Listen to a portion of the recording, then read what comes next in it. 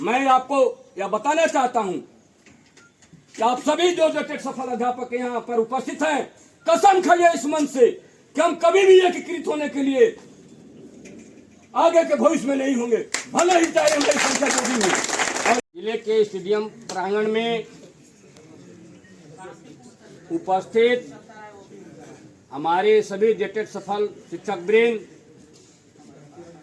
एवं प्रदेश core committee सदस्य लातेहार श्री अरविंद कुमार जी, मिथिलेश यादव जी, हमारे साथ चलकर के आए हुए हमारे जिले के महासचिव धर्मेंद्र कुमार पाल जी और लातेहार जिले के विभिन्न प्रखंडों से आए हुए हमारे शिक्षक वृंद, और जो आपको बताया गया कि 5 महीना के अंदर रिटायर करने वाले हैं भुवनेश्वर साहू जी, उनका नाम होता है, चंदवा प्रखंड से हैं। उनके जज्बे को भी मैं सलाम करता हूं, अभिनंदन करता हूं।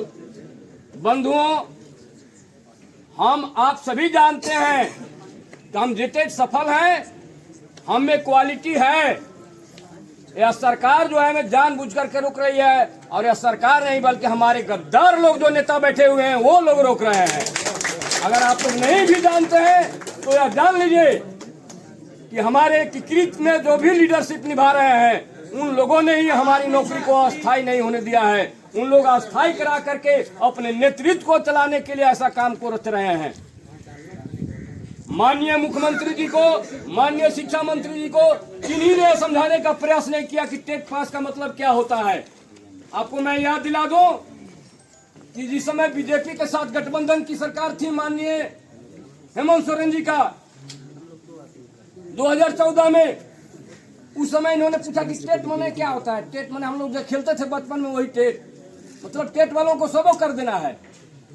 राजेंद्र प्रसाद सिंह जी थे जो वित्त सचिव थे, वित्त मंत्री थे, उनके रीजन में बात नहीं बन पाई, सरकार गिर गई बीजेपी और जेएमएम का। उसके बाद आगे बहाली निकलता है, एक काउंसिलिंग मात्र होता है, 14-15 की बहाली में मात्र एक काउंसिलिंग होता है। एक काउंसिलिंग के बाद दूसरा काउंसिलिंग नहीं हुआ, उसका कंसेप्ट क्लियर नहीं था नियमावली में कि सीट भरते तक लिखा हुआ नहीं था।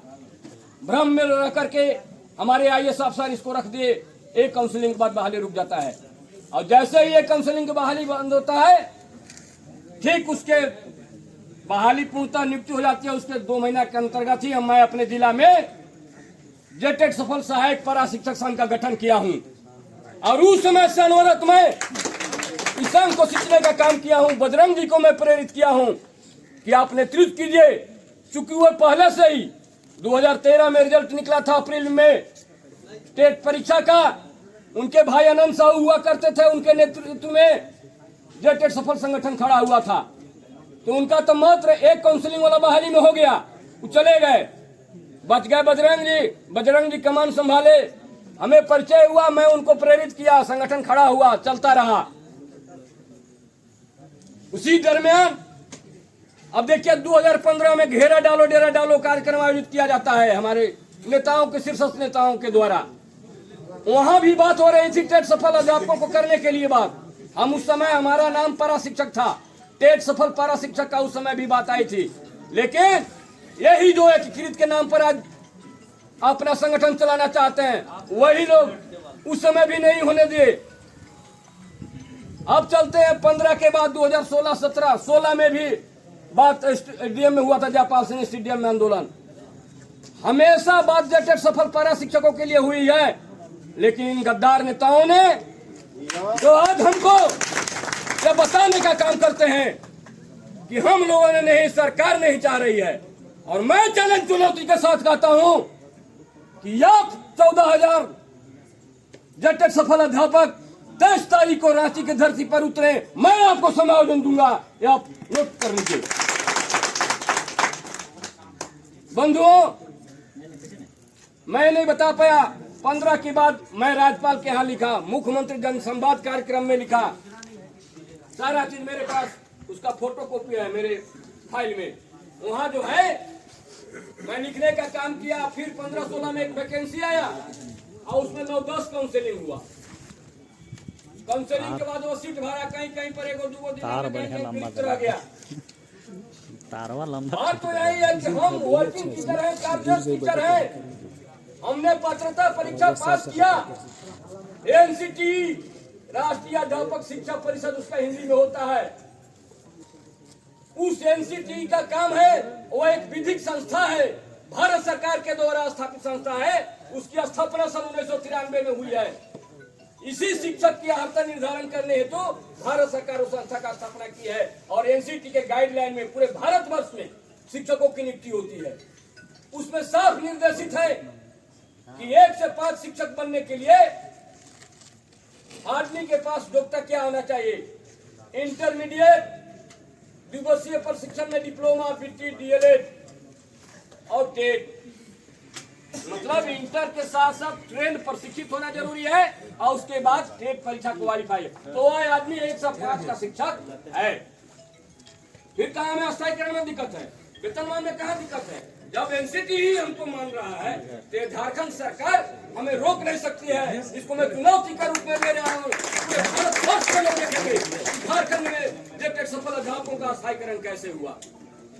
अब दूसरे रूप में देखिए, 6 से 8 के लिए वहाँ ग्रेजुएशन चाहिए, स्नातक, 2 वर्ष का ट्रेनिंग, तीसरा में टेट, वहाँ भी 6 to 8 का टीचर वो आदमी है।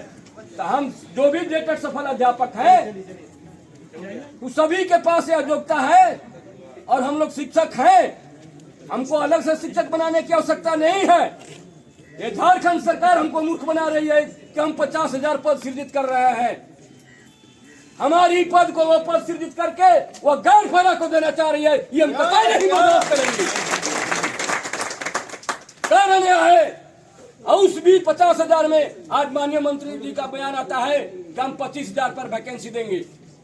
हमारा 50,000 में 25,000 सीट बनता है। हमको 25,000 तुम दो और मेरा स्थायीकरण करो, समायोजन करो। नई नियुक्ति परीक्षा में हमको जाने की आवश्यकता नहीं है। हम तो आपके यहाँ श्रीमान विद्यालय में कार्यरत हैं। हमने आपको योग्यता प्रदर्शित कर रहे हैं, दिखा रहे हैं। अब चलिए मेरे साथ डिबेट कीजिए। आपका कहाँ महाधिवक्ता है आपका झारखंड हाईकोर्ट का, उसका साथ मैं बैठने के लिए तैयार हूँ। अभी बहुत सारे वक्ता लोग कहे, प्रकाश जी कहे कि वार्ताकार कमेटी का गठन हो रहा था उस दिन 30 जनवरी 2022 को। वहां पर 55 सदस्यीय कोर कमेटी का पहले चयन हुआ। वहां पर आपके जिला से मिथिलेश जी थे, अरविंद कुमार जी थे, आप क्या नाम हुआ इनका, कमलेश जी भी थे, सुने होंगे। 55 सदस्यों का चुनाव होने के बाद उसमें वार्ताकार कमेटी का कुछ प्रारूप तैयार होने लगा। लोगों का पलामू जिला से मनोज सिंह का नाम आया और मिशन टीम के नाम पर हमारे जिला से सुनील यादव जी का नाम आया। मेरे नाम की बारी आई तो मनोज सिंह विरोध कर दिया कि आपके गढ़वा जिला से सुनील यादव हो गए। और मैं कहना चाहता हूं दावे के साथ, लास्ट में मेरे उग्र रूप को देखते हुए बजरंग जी ने घोषणा किया, प्रमोद जी से, हमारे अध्यक्ष जी से घोषणा कराया कि रविशंकर जी का नाम ऐड किया जाए। बराहमो में मेरा नाम है। आज भी आप देख सकते हैं जाकर के उस कार्यवाही पुस्तिका को, बराहमो व्यक्ति के रूप में मेरा नाम है। लेकिन इन गद्दार नेताओं ने 11-12 कमेटी जो वार्ताकार है, वार्ताकार कमेटी नहीं है। मेरे साथ डिबेट कराइए, उन लोग भ्रष्टाचार कमेटी है। अभी हमारे कमलेश जी नाम ले रहे थे मनोज सिंह का, कहां यह वार्ताकार कमेटी बन करके कोई काम किए। 30 जनवरी और आज 18 सितंबर है, उसके बीच का आप अपना कार्य को दिखाइए। तो बंधो, एक बात और मुझे याद पड़ी। हेमंत सोरेन की सरकार दिसंबर 2019 या फर्स्ट वीक जनवरी 2020 में बन गई और 24 फरवरी 2020 को एकीकृत का बैठक हुआ। हेमंत सोरेन जब शपथ लिए इस कार्यकाल में, उसके 1 महीना के अंदर 24 फरवरी 2020 को एकीकृत का बैठक हुआ। उस एकीकृत के बैठक में मैं और हमारे सहयोगी धर्मेंद्र कुमार पाल जी वहां गए अपने जिला से। और जब माननीय सिंटू जी एकीकृत के आज ढोल बजाते चल रहे हैं। उस दिन भी एकीकृत का बैठक था, वो अपने स्टेटमेंट में दिए। उन लोगों ने उस 1 महीने के दरमियान यह बात किया था शायद सचिव से कि आपको बिहार वाला ही वेतनमान देना है, 5200 से 20,200 वाला ही देना है। तो हमको बिहार के तर्ज पर 100 नंबर का परीक्षा लीजिए और क्वालिफाई मार्क्स 30 नंबर रखिए।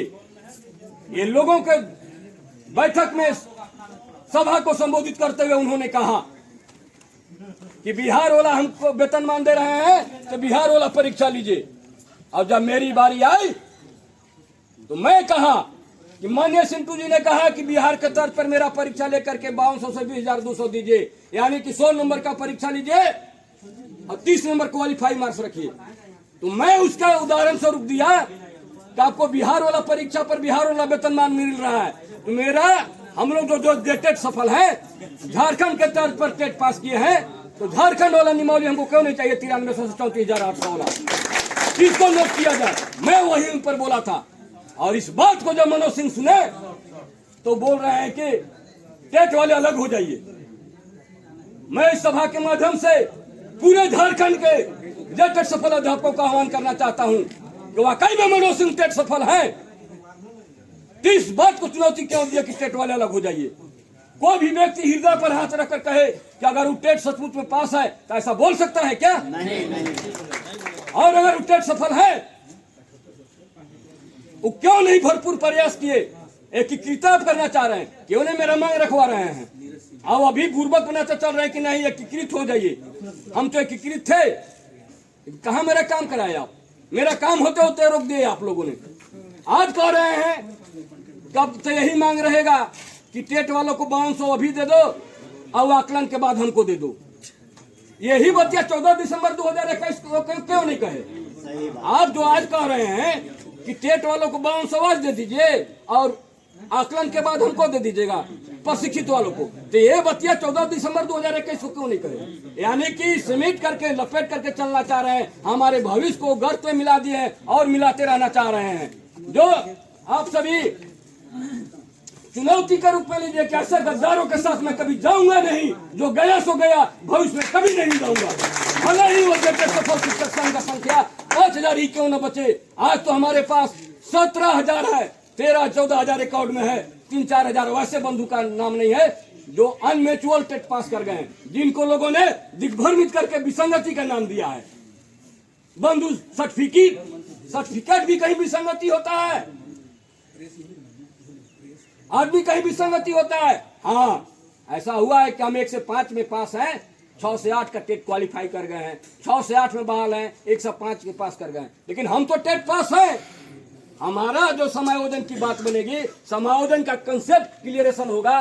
कंसेप्ट उसका अवधारणा क्या है, समायोजन शब्द क्या है, जब उसको लोग सचिव समझेगा, मंत्री समझेगा, समझ रहा है। लेकिन उन लोग भी टाल मटोल करके बढ़ाने की बात चल रहा है। अगर समायोजन की पॉलिसी क्लियर होगी, क्लियर होने के बाद यह बात बोला जाएगा कि सर ऐसे भी हैं टेट क्वालिफाई, जिस कैटेगरी में टेट क्वालिफाई है उनका समायोजन उसमें किया जाए। लोग विसंगति वाले भाई इसको नहीं समझ पा रहे हैं। जो 11 सितंबर की बैठक हुआ उसके पूर्व 10 जुलाई को रांची में बैठक हुआ था, उसमें मैं गया था, आपका अरविंद जी नहीं जा पाए थे, इनको बहुत ही इमरजेंसी काम था।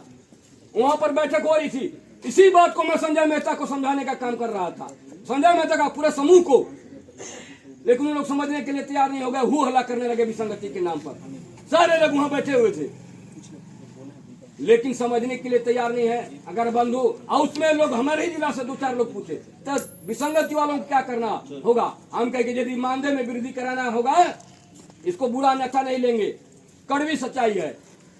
मानदेय अगर आपको चाहिए वृद्धि के रूप में तो आपको आकलन लिखना होगा, सरकार का जो गाइडलाइन पूरा करना होगा, तभी आपको मिल पाएगा। नहीं तो दिग्भ्रमित में रह करके कि हम टेट क्वालिफाई है, हम आकलन नहीं लिखेंगे, तो आप मानदेय वृद्धि के लिए रह जाइएगा, वंचित रह जाइएगा। अगर वो तर्क संगत है, नियम संगत है, तो जिस जिला में विसंगति का भुगतान हो रहा था वो कैसे बंद हो गया? संवैधानिक अगर एक चीज है तो कैसे बंद हो गया? क्या किया अभी तक? विसंगति के नाम पर वहां जो है झरीलाल महतो हम मंत्री के आदमी हैं, नारायण महतो हम मंत्री का आदमी हैं, हम डोमन महतो मंत्री का आदमी हैं। क्या किए? संजय मेहता हम विसंगति के हैं। क्या किए? जनवरी से लेके यहाँ 9 सितंबर आ गया, 9 महीना हो गया। इसलिए बंधुओं, यह निश्चित रूप से कमलेश जी ने कहा और मैं भी कह रहा हूं, वह वार्ताकार कमेटी नहीं, भ्रष्टाचार कमेटी है। इसको बदलने की आवश्यकता है। इसी लातेहार के स्टेडियम प्रांगण के मंच से मैं आह्वान करना चाहता हूं पूरे प्रदेश के जेटेड सफल अध्यापकों से कि आप सावधान हो जाओ। अब जग मुसाफिर भोर भयो, रंग कहाँ जो सोवत है, जो सोवत है से खोवत है, जो जागत है सो पावत है। इसी नारे के साथ आप जग जाइए और अपने अधिकार को झारखंड सरकार से छीन करके अपने झोली में ले लाइए और वेतनमान अपने अकाउंट में मंगाइए। यह आपके हक और अधिकार का चीज है। और अधिकार जो है भिक्षा मांगने से नहीं मिलता है। हमारे देश की लड़ाई में भी भिक्षामदेही और करो हमारो का नारा था। मैं आपको यह बताना चाहता हूं कि आप सभी जो जेटेड सफल अध्यापक यहाँ पर उपस्थित हैं, कसम खाइए इस मंच से कि हम कभी भी एकीकृत होने के लिए आगे के भविष्य में नहीं होंगे, भले ही चाहे हमारी संख्या जो भी हो। और एक आदमी ने इसी सभा में पूर्व के वक्ता लोग बोले कि एक जेटेड सफल पारा शिक्षक 1000 का काम करेगा। 17,000 गुने 1000 कर लीजिए, कितनी आपकी संख्या होती है। इसलिए बंधुओं, संख्या के रूप में डरने की आवश्यकता नहीं है। मैं भी सोचा कि चलो भाई एकीकृत का सभी लोगों का कल्याण हो जाए। प्रशिक्षित हैं वो भी 20 साल सेवा दिए हैं, हम भी 20 साल सेवा दिए हैं, उनका भी मानदेय वृद्धि हो जाए, आकलन परीक्षा हो जाए। लेकिन हम तो ऑलरेडी पात्रता परीक्षा पास किए हैं, जो एनसीटी का गाइडलाइन होता है, शिक्षा का अधिकार अधिनियम, नई शिक्षा नीति, इस सारे चीजों को फुलफिल कर रहे हैं। इसलिए हम सभी 23 सितंबर को जो न्याय मार्च का आयोजन किया गया है, उसमें पूरे राज्य के पैरा टीचरों से, सहायक अध्यापकों से आह्वान किया जाता है जो जेटेड सफल हैं कि 100% उपस्थिति के साथ चले और अपने अधिकार को छीनने का काम करें। और जब तक मेरा समायोजन नहीं होगा तब तक नई नियुक्ति नहीं होगी, यह कसम खाना।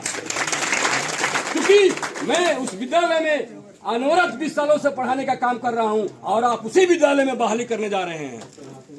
और आगे की पंक्ति में आप यह जान लीजिए कि झारखंड सरकार जो 50,000 का पद सृजन करने की बात कर रही है, वो हमारे ही पदों को सृजन करके गैर पैरा को लाना चाह रही है। हम इसको कतई बर्दाश्त नहीं करेंगे। अगर उसको करना है, मेरा 50,000 में 25,000 सीट बनता है, हमारा उसमें समायोजन हो, आप निकालते रहिएगा, अगला टेट लेते रहिएगा। गैर पैरा से लीजिए, हम तो पैरा में टेट क्वालिफाई बैठे हुए हैं, आपके यहाँ 20 साल सेवा दिए हैं, हमारी उम्र 40 साल 45 साल 50 साल हो गया है, अब हमारी कौन सी परीक्षा। इसलिए बंधु, आप यह कसम खाइए आज इस मंच से कि 100% उपस्थिति के साथ मैं रांची की धरती पर 23 सितंबर को उपस्थित होऊंगा और अपने अधिकार को चुनूंगा। इसी वाणी के साथ मैं अपनी वाणी को विराम देता हूं। जय हिंद, जय जेटेड सफल अध्यापक संघ, जय झारखंड, सफल इनकलाब जिंदाबाद, इनकलाब जिंदाबाद, इनकलाब जिंदाबाद, जेटेड सफल अध्यापक शिक्षक संघ जिंदाबाद, जेटेड सफल अध्यापक शिक्षक संघ जिंदाबाद। धन्यवाद बड़े भाई।